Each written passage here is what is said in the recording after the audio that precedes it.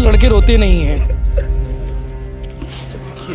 ये शौक नहीं है रोने का, और ना ही कोई विपदा आई है, बस नौकरी जा रही है। आप लोग को लगता होगा कि नौकरी बस जा रही है। अब ये आंसू बताएंगे कि नौकरी की कीमत क्या होती है। मेरे पास और कोई रास्ता नहीं है सर। घर में जाऊं तो घर में भी दुनिया तरह की बातें होंगी। ये नौकरी करने गई थी, लेकिन नौकरी भी इसकी नहीं रह गई। अभी बच्चों को कैसे पालेगी, क्योंकि मेरे परिवार में और कमाने वाला कोई नहीं है मेरे अलावा। सर मैं मेडिकल होने के बाद फिर से मेहनत करी, फिर जाके पेपर दिलाई थी। अब यहाँ से भी निकाल देंगे तो फिर मैं कहाँ जाऊंगी? क्योंकि अभी तक का हमारे घर में किसी का जॉब नहीं लगा है, गवर्नमेंट जॉब, और लगा तो मैं अपना खुशी तो चलो बात की बात, लेकिन सबसे ज्यादा खुश मेरे मम्मी पापा हुए हैं, और मैं उनको ये सब दिखाना नहीं चाहती, ना बताना नहीं चाहती सर। यह चीज को मैं पूरे मंत्रियों को बोलता हूँ, साथ में प्रधानमंत्री जी आपके लिए भी संदेश है, राष्ट्रपति राज्यपाल से लेकर सबको गुहार लगाता हूँ। आज लोकतंत्र की हत्या हो जाएगी अगर इन 2897 शिक्षक के साथ कुछ हुआ तो, क्योंकि हम राजपत्र को देख के भर्ती हुए थे। मेरी मम्मी मेरे को एक 2 बजे तक कपड़ा सिल के पढ़ाई है। बोलता था मैं सिले कर पैर दर्द करते है करके बोलती थी ते नौकरी लग जाता सिले बंद करती हूँ। मेरा नौकरी जाएगा सर, उसका दिल चल्ली हो जाएगा, मैं क्या जवाब दूंगा? मैं ये सरकार से ये मांग करूंगी कि या तो मुझे नौकरी के बदले नौकरी दे, या तो इच्छा मृत्यु दे। सिर्फ मेरे लिए नहीं, मेरे दोनों बच्चों के लिए इच्छा मृत्यु दे।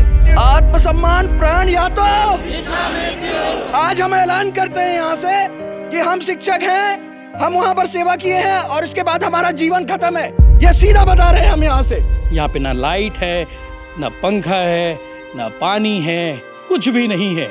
इसके बावजूद सैकड़ों लोगों को आप देख पा रहे होंगे मेरे पीछे, अपना घर परिवार सुख सब कुछ छोड़ के इस जगह पर बैठे हुए। सिर्फ और सिर्फ एक ही डिमांड है कि इनकी नौकरी बच जाए, किसी भी माध्यम से सरकार इनकी नौकरी बचा ले। छत्तीसगढ़ के इतिहास में ऐसा पहली बार होने जा रहा है कि किसी को सरकार नौकरी देती है और उसके बाद उनसे नौकरी छीन भी लेती है। सोचिए, अगर आपको नौकरी मिल जाए और आपको कल से कहा जाए कि आपकी नौकरी जाने वाली है, आपकी जगह किसी और को दी जाएगी। ये बात अलग है कि नियमों की बात करते हैं कि भाई चलो उनको अधिकार था, डीएड वालों को अधिकार था, बीएड वालों को अधिकार नहीं था, लेकिन नौकरी देने के लिए कोई दूसरे ग्रह से लोग नहीं आए थे जब इन्हें नौकरी दी गई। यही छत्तीसगढ़ सरकार थी जिन्होंने नौकरी दिए थे 1 साल पहले, ज़्यादा दिन की बात नहीं, 1 साल पहले किसी नियम से दिए होंगे कि भाई चलिए बीएड वाले भी एलिजिबल हैं कि नहीं, एलिजिबल कर दिए जाते हैं। एलिजिबल करते वक्त लिखा जाता है नियुक्ति पत्र में कि कोर्ट के अधीन होगा, चलिए सब बातें आ जाते हैं। लेकिन सोचिए कि किसी की नौकरी जा रही है, ऐसे 3000 के आसपास लोग हैं, नौकरीधारी सहायक शिक्षक हैं जो बीएड वाले हैं, मेरे पीछे सब खड़े हुए हैं। थोड़ी देर पहले तक, 1 घंटे पहले तक ये भीड़ दोगुनी तुगनी थी, लेकिन शाम होते होते ये भीड़ छूटती जा रही है, कम होती जा रही है। ठंड का वक्त है, उसके बावजूद डटे हुए हैं अपने घर से दूर। कोई जशपुर से है, कोई बस्तर से है, कोई गरियाबंद से है, कोई राजनांदगांव से है, मतलब प्रदेश के जितने भी ज़िले हैं सभी ज़िलों से ये लोग आए हुए हैं। राजधानी से काफ़ी दूर तूता, आप देख सकते हैं कि मुझे अलग से लाइट करनी पड़ी जिस जगह पर ये धरना प्रदर्शन कर रहे हैं। तूता धरना स्थल है, यहाँ पे ना लाइट है, ना पंखा है, ना पानी है, कुछ भी नहीं है। इसके बावजूद सैकड़ों लोगों को आप देख पा रहे होंगे मेरे पीछे, अपना घर परिवार सुख सब कुछ छोड़ के इस जगह पर बैठे हुए। सिर्फ और सिर्फ एक ही डिमांड है कि इनकी नौकरी बच जाए, किसी भी माध्यम से सरकार इनकी नौकरी बचा ले। अगर नौकरी नहीं बचा सकते हैं तो इच्छा मृत्यु तक मांग रहे हैं। नौकरी मत दो, कोई दिक्कत नहीं है, लेकिन इच्छा मृत्यु दे दो, ये इनकी डिमांड है। फैसला सरकार को करना है और वो भी जल्द से जल्द, क्योंकि आने वाले नगरीय निकाय चुनाव हैं, पंचायत चुनाव हैं, और इस बीच में ये कहीं ना कहीं मामला ठंडा पड़ जाएगा और इसीलिए इनकी आवाज़ बुलंद होती जा रही है धीरे धीरे।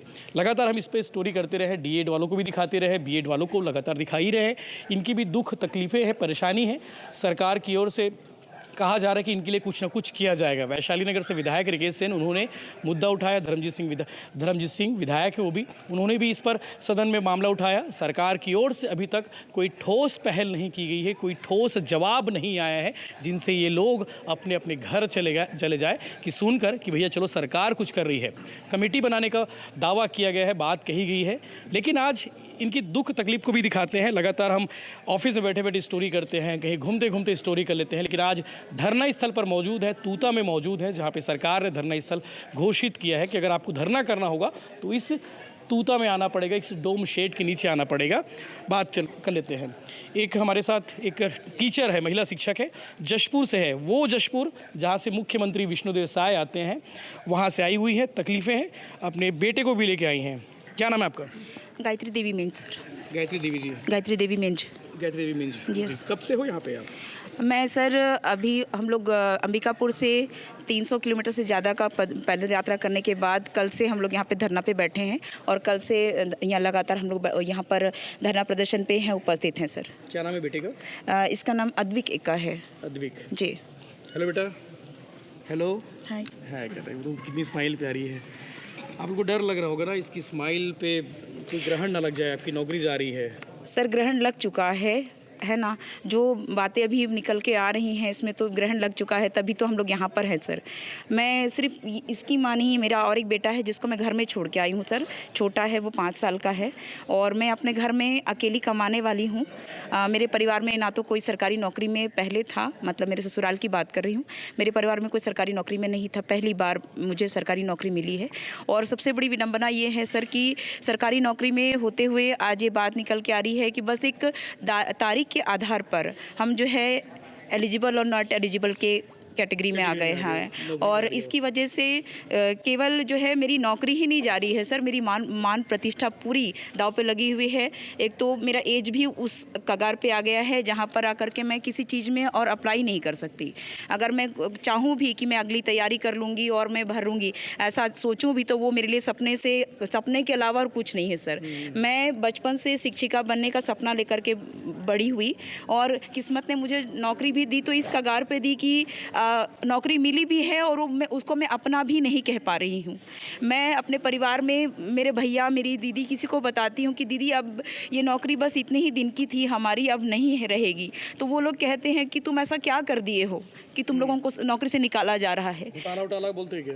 बिल्कुल बोलते हैं सर। पैसा दे के लगे बोलते हैं। पैसा दे के लगे हैं, घोटाला किए हैं, क्या किए हो, तभी नौकरी से निकाल रहे हैं। आप खुद बताइए, जिसके घर में किसी का नौकरी है नहीं, वो कहाँ से पैसा देगा? जिसके पास खुद के पति ने इतना मेहनत करके, किसान है मेरे पति ने मेहनत करके मेरे को बीएड कराया सर। बीएड कराने के बाद में मैंने संविदा की नौकरी की। संविदा छोड़ के मैं बस इसलिए यहाँ पर आई क्योंकि मुझे सबने ये कहा कि एक बार नौकरी लग जाने के बाद, सरकारी नौकरी जब एक बार लगती है ना बेटा, उसके बाद आपको कोई नहीं निकाल सकता।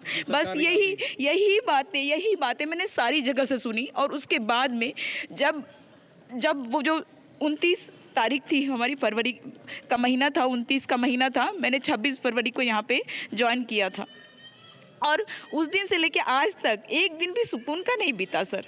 एक दिन भी सुकून का नहीं बीता। यहाँ तक कि सर ये हालत हो गई कि हम हॉस्पिटलाइज तक हो गए थे सर। बीपी इतनी हाई हो गई थी मेरी बीपी हाई होने के बाद भी मैं यही सोचती रही कि अगर मुझे कुछ हो गया तो मेरे बच्चों को कौन देखेगा। मैंने इतना मेहनत किया है सर। मैंने प्राइवेट स्कूलों में पढ़ाया, प्राइवेट स्कूलों में पढ़ाने के बाद मैंने मेहनत की है और उसके बाद मैं यहाँ तक आई। यहाँ तक आने के बाद आज जब मेरी नौकरी चले जाने की बात आती है तो मेरे को ये समझ नहीं आता कि इस कगार में मैं जाऊँ तो जाऊँ कहाँ। मेरे पास और कोई रास्ता नहीं है सर। घर में जाऊँ तो घर में भी दुनिया तरह की बातें होंगी। नौकरी करने गई थी लेकिन नौकरी भी इसकी नहीं रह गई। अभी बच्चों को कैसे पालेगी, क्योंकि मेरे परिवार में और कमाने वाला कोई नहीं है मेरे अलावा। मेरे देवर हैं, वो लोग भी छोटे हैं कहने का मतलब, लेकिन वो भी उतने पढ़े लिखे नहीं है। मेरे परिवार में बस एक मैं ही इतना मेहनत करके यहाँ तक आई थी सर। हमेशा सबको ये सिखाती थी कि शिक्षक बहुत गरिमामय पद है और उस पद में आने के बाद आज जब मेरी गरिमा को ठेस लगी, मेरी गरिमा ही ख़त्म होने जा रही है, तो अब मैं क्या करूं। मैं ये सरकार से ये मांग करूंगी कि या तो मुझे नौकरी के बदले नौकरी दे या तो इच्छा मृत्यु दे। सिर्फ मेरे लिए नहीं, मेरे दोनों बच्चों के लिए इच्छा मृत्यु दे, क्योंकि उन दोनों को जन्म भी मैंने दिया सिर्फ ये सोच के कि मैं उनको अच्छा जीवन दूंगी। आज इस कगार में आने के बाद मैं उनको क्या अच्छा जीवन दूंगी सर। जब मेरी नौकरी चली जाएगी, जब मेरे पास उम्र ही नहीं रहेगी किसी चीज़ में भरने के लिए, तो मैं क्या अच्छा जीवन दूंगी अपने बच्चों को। कुछ अच्छा होगा मैं उम्मीद करती हूँ सर। शायद जो सरकार है हमारी, आदिवासी आदिवासियों की सरकार है वो हमारे लिए ज़रूर कुछ ना कुछ करेगी। मैं इसी आशा के साथ यहाँ पर आई हूँ सर कि हम अपनी मांग को रखें और सरकार हमारी बातों को सुने, हमारे लिए कुछ करे, बीच का रास्ता निकाले, कोई ना कोई तरीके से हमें समायोजित करे ताकि हम जो है अपनी जीविका को बनाए रख सकें, अपने परिवार को, अपने बच्चों को अच्छा जीवन दे सकें। हम खुद शिक्षित हैं, हमारे बच्चों को हम अच्छी शिक्षा दे सकें, इसके साथ साथ समाज के बच्चों को भी हम अच्छी शिक्षा दे सकें। बस इसके लिए मुझे मेरी नौकरी की सुरक्षा की गुहार लगानी है, इसीलिए मैं यहाँ पर आई हूँ सर। अकेली नहीं है जो रो रही है, जिनकी आंखों में आंसू हो। पीछे देख पा रहे हैं कि मतलब ऐसा लग रहा है कि कोई शव पड़ा है इस जगह पर और किसी की अर्थी निकलने वाली है। गमगीन माहौल है, सबके आंखों में आंसू है क्योंकि इनकी नौकरी जारी है। मैं शब्द नहीं मेरे पास। क्या नाम है आपका? विद्या चंद्राकर नाम है मेरा। सर मैं मेडिकल फेल होने के बाद फिर से मेहनत करी, फिर जाके पेपर दिलाई थी। अब यहाँ से भी निकाल देंगे तो फिर मैं कहाँ जाऊँगी? अपनी जॉब छोड़ के आए थे? नहीं सर, मेडिकल फेल हुई थी। जी। कहाँ की रहने वाली हैं? दिल्ली राजरा। क्या बोलते हैं, मतलब घर वाले सपोर्ट तो कर रहे हैं कभी तक? सर घर वाले का तो हमेशा सपोर्ट रहा है। जब बस में जाती हूँ लोग बोलते हैं तुमको तो निकाल रहे हैं, तुमको तो निकाल रहे हैं। वो सुनने बहुत बुरा लगता है। वो सुन के ही एकदम ऐसा लगता है जैसे मैं चोरी करके नौकरी पाई हूँ। हमेशा सपना था बिना पैसे की जॉब लगाऊंगी। आज हमारे आत्मसम्मान को ठेस तो पहुँचेगी ही, साथ में हम क्या करेंगे? हमारे पास कोई हमारे आत्मसम्मान ही नहीं रहेगा हमारे पास, तो हम क्या करेंगे जी करके। मैं मिडिल क्लास से फैमिली से हूँ, अपने घर में बड़ी बेटी हूँ और सबसे पहले लग भी गई, मैं जॉब पे लग गई तो सब कितने खुश हैं, समाज में खुश है कि अरे कोई नहीं लगा, मेरी बेटी लग गई करके, तो मेरे मम्मी पापा खुश हैं। अब मैं उनको बताऊँगी कि मैं जॉब पे नहीं हूँ तो मैं किस मुँह से बताऊंगी? पता चल गया होगा? पता तो चल गया है, लेकिन वो लोग अभी बोलते हैं कि विश्वास रखो सब सही होगा, सही होगा। हम भी सरकार पर विश्वास रख कर आज यहाँ बैठे हैं कि सरकार हमारी जॉब में की सुरक्षा करे, ये हमारी आत्मसम्मान को बचाए, हमारी सुरक्षा करे। बस मैं यही निवेदन करती हूँ सरकार से कि हमारी जॉब को सुरक्षा दे। क्या नाम है आपका? सर मेरा नाम नीलम है। मैं भी जसपुर ज़िला से हूँ और मेरा जो स्कूल है वो जंगल के ऊपर है सर। वहाँ से मैं डेली सेवा दे रही थी सर। मेरा जो आज आँख में आंसू हुई थी। स्कूल तो सर जब से आदेश आया तब से नहीं सर, जब से पैदल यात्रा कर रहे हैं तब से यहाँ पे आए हूँ। बाकी हम लोग डेली सेवा दे रहे थे सर। कोर्ट का आदेश आया कि आप लोग को हटाया नहीं सर, जिस दिन अंबिकापुर से हम लोग यहाँ आ रहे हैं उस दिन कैसा था? मतलब आप उस दिन भी स्कूल गई थी? आप ये सब फैसले जी गए थे सर स्कूल, क्योंकि हम लोगों को पहले से भरोसा कि ऐसे नहीं हो सकता। अभी तक भी नहीं होता है अंदर से कि ऐसा हो सकता है, लेकिन सच्चाई तो ऐसे आ रहा है सर। ये जो मेरा आँख में आंसू है ये मेरे लिए नहीं है, मेरे परिवार वालों के लिए। मेरी जो बहन लोग हैं ना, उन लोग को मैं सोची थी कि मैं पढ़ाऊंगी लिखाऊंगी और मेरे पापा नहीं है तो मैं घर का जिम्मेदारी उठाऊंगी, ऐसे सोची थी। पर अब मेरी नौकरी नहीं रहेगी तो मेरी बहन लोग भी ऐसा सड़क पे आ जाएंगे सर। तो कितनी बहनें आपकी? मेरी 2 बहनें हैं, एक माँ है और हमारे घर में और कोई नहीं है सर। और इकलौती हूँ सर। सरकारी नौकरी मेरा अभी लगा था और मेरी पहले से इच्छा थी कि मैं घर की जिम्मेदारी उठाऊंगी। मेरी बहन मेरा जैसा भी हो, लेकिन मेरी बहनों को अच्छे से परवरिश दूंगी, अच्छे से पढ़ाऊंगी लिखाऊंगी ऐसे करके। अब मेरा ही नौकरी नहीं रहेगा तो उन लोगों पर मैं कैसे करूँगी सर? इसलिए मैं सरकार से गुहार लगाने आई सर, जैसे भी हो हमारी नौकरी सुरक्षित कर दे बस। सबकी अपनी अपनी कहानी है, और भी लोग हैं जिनसे बातचीत करेंगे। क्या नाम है आपका? सर मेरा नाम मौसमी चंद्राकर है।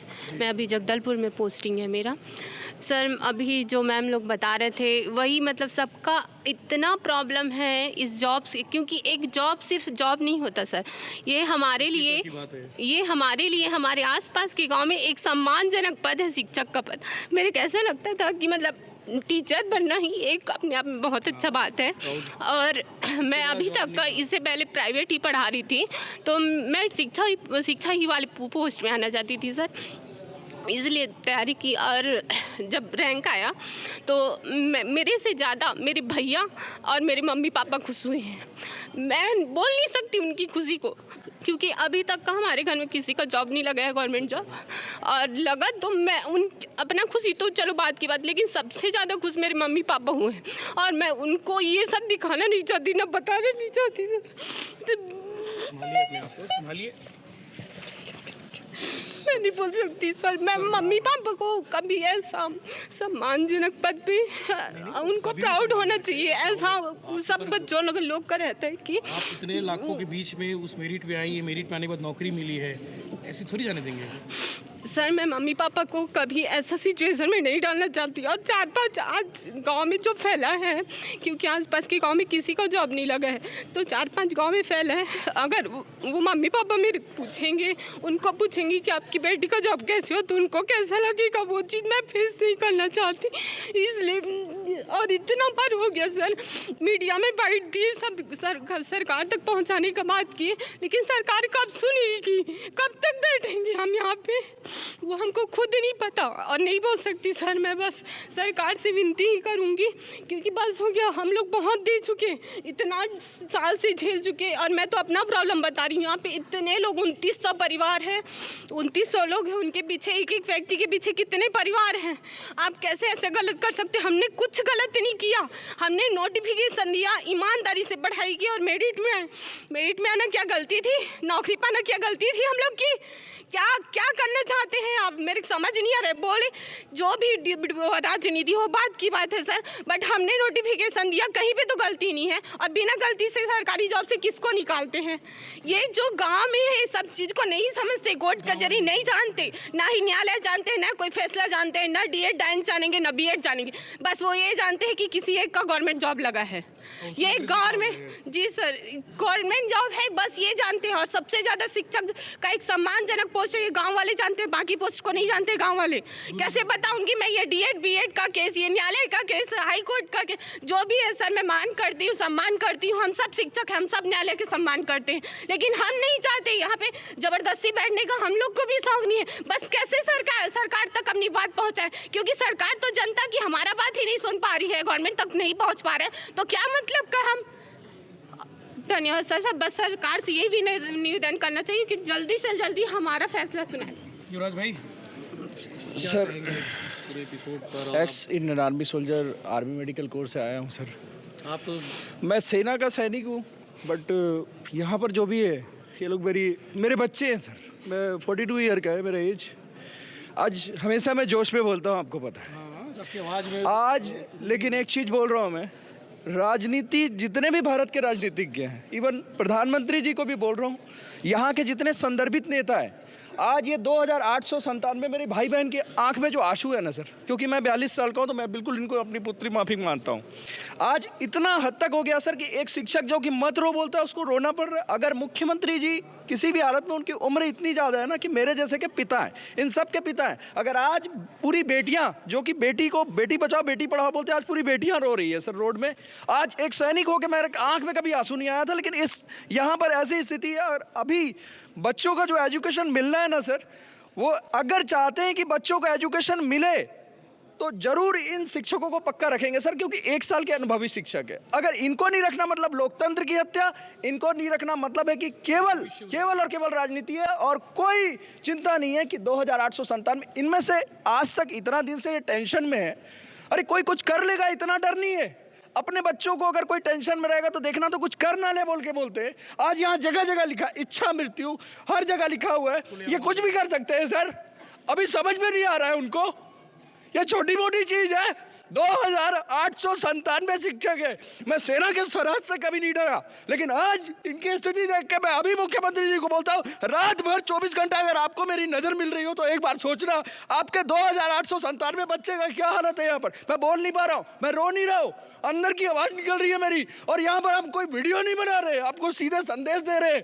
मैं आपसे हाथ जोड़कर विनम्र आग्रह करता हूँ कि अगर आप 2897 को अपना संतान सोचते हो, छत्तीसगढ़ की जनता सोचते हो, तो अवश्य आज रात भर में आपको डिसीजन लेना पड़ेगा। ऐसे छोड़ सकते हो क्या? यहाँ पर सोए, रात में किसका माइंड क्या हो जाए किसको क्या मालूम है। आप कैसे इतना बड़ा रिस्क ले सकते हो छत्तीसगढ़ की जनता के साथ। यह चीज को मैं पूरे मंत्रियों को बोलता हूँ, साथ में प्रधानमंत्री जी, आपके लिए भी संदेश है, राष्ट्रपति राज्यपाल से लेकर सबको गुहार लगाता हूँ।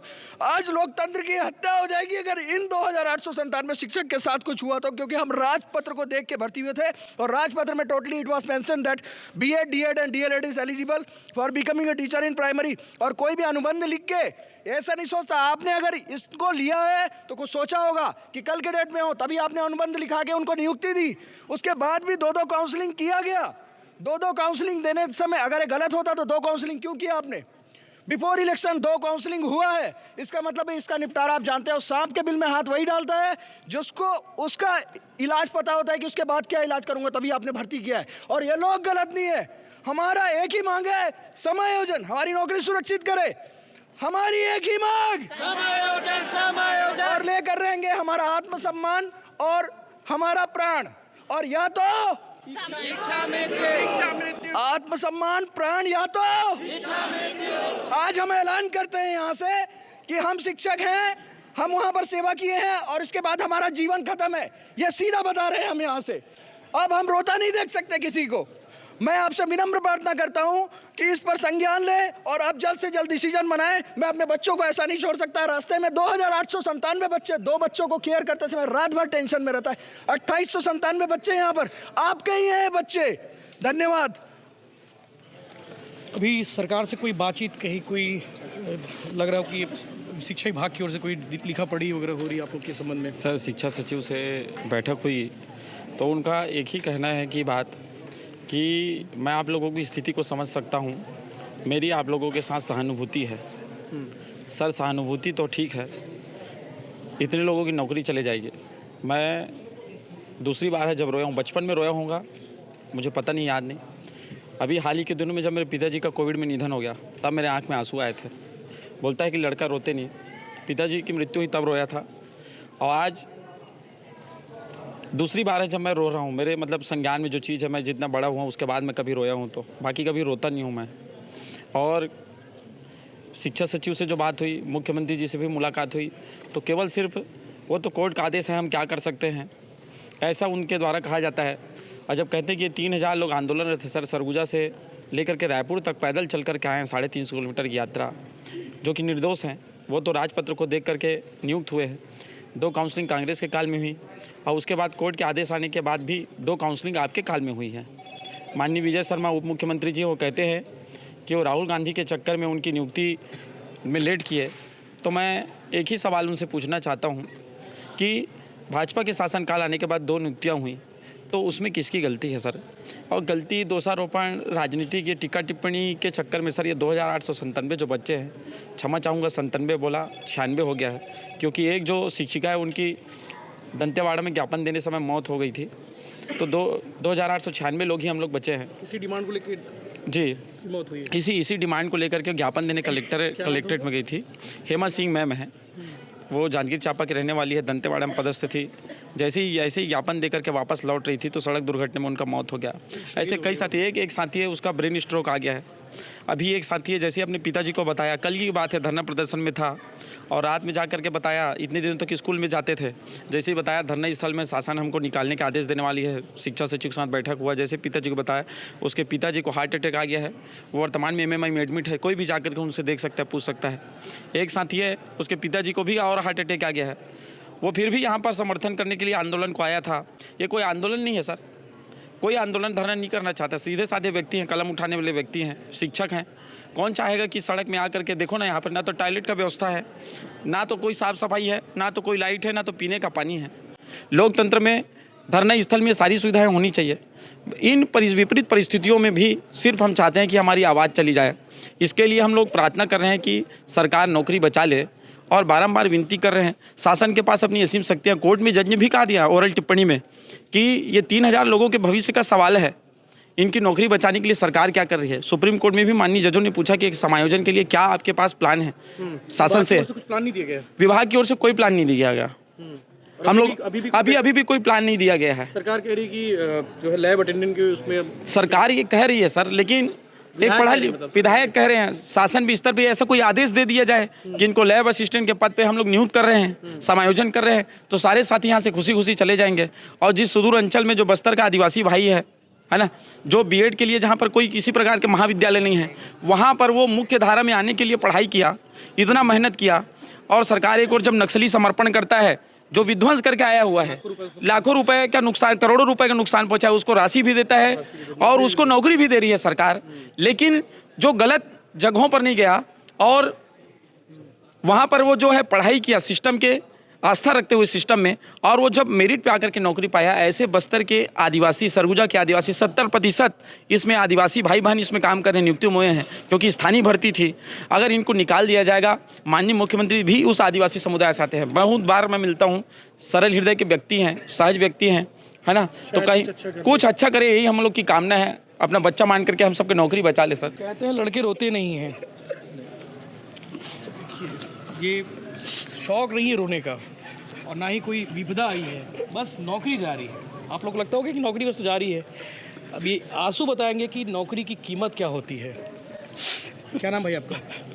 मेरा नाम आराम से बात करो। सोमेश गुप्ता है सर। कुछ होगा, चार आप इतने दूर से इतने तप कर रहे हो, तपस्या कर रहे हो, भगवान कहते हैं ना कि मतलब मैं अपने नौकरी के लिए नहीं रो रहा हूँ सर। मेरी मम्मी मेरे को एक दो बजे तक कपड़ा सिल के पढ़ाई है। बोलता था मैं सिले कर पैर दर्द करते है करके बोलती थी ते नौकरी लग जाता सिले बंद करती हूँ। मेरा नौकरी जाएगा सर, उसका दिल छल्ली हो जाएगा, मैं क्या जवाब दूंगा। आज भी बोलती है कि कुछ नहीं है, महादेव कृपा करी तुम पर। मैं क्या जवाब दूंगा सर अपने माँ बाप को। मेरा नौकरी नहीं लगा है सर, मेरे लिए मेरे माँ बाप का नौकरी लगा है। मैं आज घर में बताता हूँ ना, कुछ डिस्कशन होता है तो मेरे पापा जी चले जाते उठ के। मैं अपने माँ बाप को क्या दूंगा सर जवाब। इतना निर्दयी कैसे हो सकता है सर सरकार। हम लोगों ने किसी का हत्या तो नहीं किया सर, पढ़ लिख कर नंबर ही लाए। चारों तरफ मैं कैमरा में नहीं रोना चाहता था सर, मेरे को याद आ गया मेरे मम्मी का सूरत। आप कहाँ से भाई? सर मैं केसकाल से हूँ। केशकाल से, वही पोस्टेड है? जी सर, राजनांदगांव से। राजनांदगांव के रहने वाले? जी जी। कहाँ रहते हो नांदगांव में? तुमड़ी बोर्ड सर। सर मेरे गांव का मैं पहला हूँ जो सहायक शिक्षक के पद में सेलेक्ट हुआ हूँ। इसके मैं पढ़ाता था बच्चों को। आज मेरा आत्मसम्मान अधर में है, मैं क्या जवाब दूंगा सर। मेरे पिताजी खाना छोड़ देते हैं सर, कैसे करूं बताइए, कैसे करूं। मैं चिंता के मारे मैं मर गया हूँ, ऐसा हो गया मेरी स्थिति सर। कैसे करूं। शायद सरकार से किसी बोलता हूँ सर, कैसे भी करके नौकरी बचा ले, कैसे भी करके सर, कैसे भी करके। बहुत ज़्यादा बुरा कंडीशन है सर, ये मेरी ही नहीं पूरे 2900 लोगों की कंडीशन है सर। ये कब तक चलेगा फिर ये सब? सर पता नहीं कब तक चलेगा। मैं भिलाई से हूँ, भिलाई को ज्ञान की राजधानी कहते हैं सर। अब हमने पूरा प्रयास किया, हमने पूरा नोटिफिकेशन के आधार पे गजट पत्र में सब चीज़ देख के हमने एग्ज़ाम फॉर्म भरा था, हमने एग्ज़ाम दिया, मेहनत करके मेरिट में आए। उसके बाद हमें ये रिज़ल्ट मिल रहा है कि आज हमारे साथ अन्याय हो रहा है। अब कब तक चलेगा वो तो नहीं पता, लेकिन हमारी तो कोई गलती नहीं है। सरकार हमें बताए हमारी क्या गलती है, हमने ऐसा क्या गुनाह कर दिया है। क्या हमारा राजपत्र में देखना, विश्वास करना वो गलत था? क्या हमारा ये एग्ज़ाम फॉर्म भरना गलत था? क्या हमारा मेरिट में आना गलत था? क्या गलती है हमारी सरकार बताए। मैं सरकार से यही निवेदन करूँगा कि हमारी नौकरी सुरक्षा रखे, सुरक्षित रखे। सर भारत के राजपत्र को इन्होंने चिट फंड कंपनी बना दिया है। जैसे चिट फंड कंपनी एक योजना लाती है और सारा पैसा समेट के भाग जाती है, वैसी जो है लाखों लाख रुपए बीएड का खर्चा करके अभ्यर्थी जो है तैयारी किए और उसके बाद कोर्ट में 2 मिनट में इनके राजपत्र का पलीता लग जाता है। तो आप जो है एसी में बैठ करके नियम बनाने वाले लोग जो है वो लाखों लोगों के भविष्य के साथ खिलवाड़ कर रहे हैं। अगर हमको इच्छा मृत्यु नहीं दे सकते, हमको नौकरी नहीं दे सकते तो इच्छा मृत्यु दो, और हमको इच्छा मृत्यु नहीं दे सकते तो 2018 में जो एनसीटी का गजट बनाए उन अधिकारियों को ढूंढो और उनको मृत्युदंड दो। और सार्वजनिक रूप से प्रधानमंत्री इसके लिए जितने बीएड धारी हैं उनसे माफ़ी मांगे कि मेरा एनसीटी का जो बनाया हुआ मेरे मंत्री माथत मंत्री के अंदर बनाया गया जो एनसीटी का गजट वो कैंसिल हुआ। इसके लिए मैं सारे बीएड धारियों से सार्वजनिक रूप से अखिल भारतीय रूप से माफ़ी मांगता हूँ। ये मेरी डिमांड है सर, मजाक बना दी है सिस्टम। जी क्या नाम है आपका? सर मेरा नाम सूर्यकांत है, मैं बस्तर अंचल से आता हूँ सर। हम लोगों ने भारत सरकार की गजट 2018 का गजट देखकर बीएड किया सर, और उसी गजट को देखकर सर फिर राजपत्र में जब प्रकाशित होता है उसमें सर बीएड डीएड दोनों मतलब एलिजिबल थे सर प्राइमरी शिक्षक के लिए। अब बस्तर अंचल के आदिवासी को क्या पता सर कोर्ट में क्या हो रहे हैं, वो तो सिर्फ एक नोटिफिकेशन देखेगा, उसी को तो आधार मान के वो तैयारी करेगा।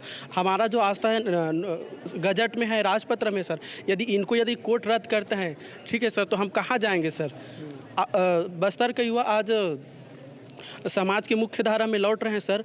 आज जो युवक पहले दूसरे विचारधारा में थे, आज मुख्य विचारधारा में। मुझे देखकर शिक्षक के एक नौकरी है, हमारे बीच का एक लड़का लगा है, वो शिक्षक के क्षेत्र में जा रहे हैं, हमको भी जाना चाहिए। आज यदि बस्तर के युवा के जो शिक्षक बने उनके जॉब को यदि खतरा होता है, तो जो बस्तर के युवा आप ही जानते हैं सर, एक तो कलम उठाएंगे या तो हथियार। सर मेरा नाम चंद्र कुमार है सर। मैं अभी ऐसे ज़िंदगी जी रहा हूँ जैसे एक डॉक्टर जो है उनके मरीज़ के परिवार वाले को बोलता है कि कुछ ही दिन का मेहमान है, वैसी ज़िंदगी जी रहा हूँ सर। मैं सरकार से निवेदन है सर कि हमारी नौकरी बचा लीजिए सर। बहुत मेहनत क्यों सर। अभी मैं घर गया था सर, मैं अपने कहाँ नाम है मेरा नाम चंद्र कुमार सर। कहाँ सर?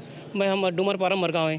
कहाँ पोस्टेड है? अभी मैं बीजापुर हूँ सर। मैं बीजापुर में है जी सर। कहाँ उस घर के? मैं अपन अम्मा से सर, बाबूजी से ठीक से बात करने के पाए सर। मैं हाँ, मैं तो घर से तुरंत पानी अभी तक ठीक से क्लियर नहीं बता हूँ सर।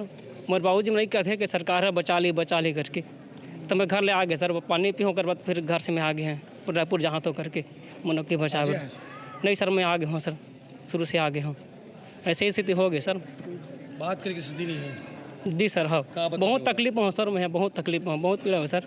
मोर बहन है सर, मैं कैसे शादी करूँगा? मोर बाबूजी अम्मा सब उम्र हो गई सर। जी सर मैं सारे 2900 सहायक शिक्षकों की तरफ से माननीय मुख्यमंत्री जी, जो कि मुख्यमंत्री के साथ में शिक्षक बाकी भी मंत्री हैं, और शायद लोगों ने ध्यान दिया हो और ध्यान दिए भी होंगे, मुख्यमंत्री जी का नाम विष्णु है, और हम सब जानते हैं कि भगवान विष्णु भक्त बख्शल होते हैं। भक्तों की सारी इच्छाएं मुरादों को पूरे करने वाले, भक्तों की सेवा करने वाले होते हैं भगवान विष्णु।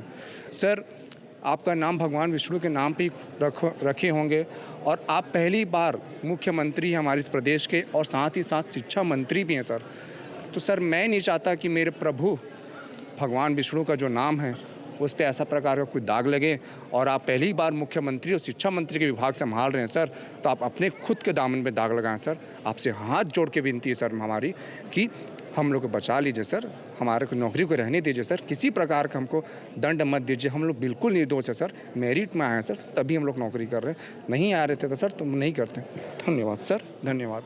आज तक के इतिहास में सर, पूरे भारत भर के इतिहास में आज तक ऐसा कभी नहीं हुआ है कि जितने भी मुख्यमंत्री हैं जो बोलते हैं वो होता है। 10 से 15 बार हमारे साय जी मुख्यमंत्री महोदय हम लोग को बोले हैं, लेकिन बचा लेंगे बोल रहे हैं। मान के चलिए यदि हमारा जॉब नहीं बच पाया तो वो हमारे ऊपर दिक्कत आएगी, वो बात की बात है। जो पूरे मुख्यमंत्री लोगों पे भरोसा रहता है लोगों को, आप ही का बात यदि गलत हो जाएगा तो कोई भाजपा कांग्रेस नहीं, पूरा सिस्टम ही, जब मुख्यमंत्री महोदय का बात अमान्य रहेगा कोई किसी चीज़ के लिए, तो आदमी किस पे भरोसा करेगा। यहाँ लोग इतने पीड़ित हैं। मैं खुद 2012 से मेरे पिताजी एक्सपायर हो गए। अब आप सब पूरे समाज को पता है कि किसी बच्चे का पिताजी नहीं रहता है तो किन परिस्थितियों में पढ़ाई करता है। पढ़ाई किया, जॉब लगा, 5 साल मैं संविदा में जॉब किया। उसके बाद सर यहीं 1 किलोमीटर दूर है नाबार्ड ऑफिस यहाँ से, वहाँ मेरा अच्छा खासा जॉब लगा था रीजनल ऑफिस में। उसको मैंने छोड़कर इसमें इसलिए आया था क्योंकि ये सरकारी जॉब है, नहीं तो अच्छा खासा सैलरी वहाँ पे मेरे को मिल रहा था, और इससे मतलब वेतन अच्छा था। फैसिलिटी ये हो जाता है कि लोगों का सोच है, सामाजिक सोच है कि मान मर्यादा वाली प्रतिष्ठित जॉब है, सरकारी नौकरी है, और बच्चों को पालन पोषण करने के लिए सर फ्यूचर प्लान के हिसाब से गवर्नमेंट जॉब में आना हर किसी का सपना रहता है। वो सपना टूट रही है। गवर्नमेंट जॉब का जो सपना है अब लोगों से भरोसा उठ जाएगा। यदि कोई आदमी राजपत्र पे भरोसा करके, भारत सरकार छत्तीसगढ़ सरकार के राजपत्र पे भरोसा करके नौकरी ज्वाइन करने के बाद यदि उनको निकाला जाता है तो आदमी भरोसा किस पे करेगा? भरोसे के लायक न राजपत्र रहेगा, भारत का राजपत्र रहेगा, न छत्तीसगढ़ का शासन का राजपत्र रहेगा, न माननीय मुख्यमंत्री महोदय जी के 10-12 बार का जो आश्वासन है वो सवालों में रहेगा। जी सर, सबसे पहले तो इसको थोड़ा सा फोकस कीजिएगा सर। आए हैं तभी तो नौकरी पाए हैं, अच्छे नंबर लाए हैं तभी तो नौकरी पाए। दूसरा सर इसको भी, हाँ वो तो पूरा कंटिन्यू दिखाई रहे हम लोग। पकड़िए सर इसको थोड़ा सा। जी पकड़ लो भाई, पकड़ लो सर। लोग बोलते हैं कि ये इच्छा मृत्यु, सुसाइड करना जो है एक बुजदिली काम होता है, लेकिन आज देखिए हम इस मोड़ पर हैं कि हम इच्छा मृत्यु मांग रहे हैं। ऑप्शन ही नहीं है सर, ऑप्शन ही नहीं है भाई। हमारा या तो सेवा सुरक्षा किया जाए या तो इच्छा मृत्यु दिया जाए। हम इतने मजबूर हो चुके हैं सर। मैं बताता हूँ, मैं जो है घर में कभी झूठ नहीं बोलता। मैं घर में झूठ ही नहीं बोलता। मैं, क्या नाम है आपका? मेरा नाम सदन सिंह चंद्रा है। मैं दरभा, बस्तर के दरभा में पोस्टिंग हूँ और होम डिस्ट्रिक्ट शक्ति है। हम लोग जो है 17 तारीख को यहाँ हमारा रैली था बिलासपुर में, और बिलासपुर में हमारा जो है ऐन वक्त में हमारा जो परमिशन मिला था उसको जो है रद्द कर दिया गया, और फिर जो है पुलिस हमें ऐसा ट्रीट कर रहे थे जैसे कि हम क्रिमिनल हैं। उस दिन मेरे भाभी का कॉल आया। मैं पहली बार, मेरा पढ़ाई लिखाई हर चीज़ जो है गांव में ही रहकर हुआ है। मैं पहली बार जॉब करने के लिए बाहर निकला हूँ। मैं रोज़ अपने घर से बात करता हूँ। मेरे घर में उस दिन भाभी मुझे फ़ोन करके बोली, क्या कर रहे हो जी, 2-3 दिन से बात नहीं किए हो। तो मैं क्या बोला, मैं भाग रहा था इधर उधर। मैं बोल रहा भाभी मैं खाना बना रहा हूँ। तो फिर वो बोलती है कि तो चम्मच का आवाज़ नहीं आ रहा है। तो नहीं भाभी, मैं अभी जो है सब्जी चावल बना रहा हूँ, फिर सब्जी वगैरह बाद में काटूँगा। झूठ बोलते रहे। ऐसे परिस्थिति आ गया है कि भाई, और मैं अपने बाबूजी से बात नहीं कर पा रहा हूँ। भाई बोलते हैं पास में है, बात कर लो। मैं बोलता हूँ ठीक है, बाद में बात करूँगा, अभी थोड़ा सा काम कर रहा हूँ।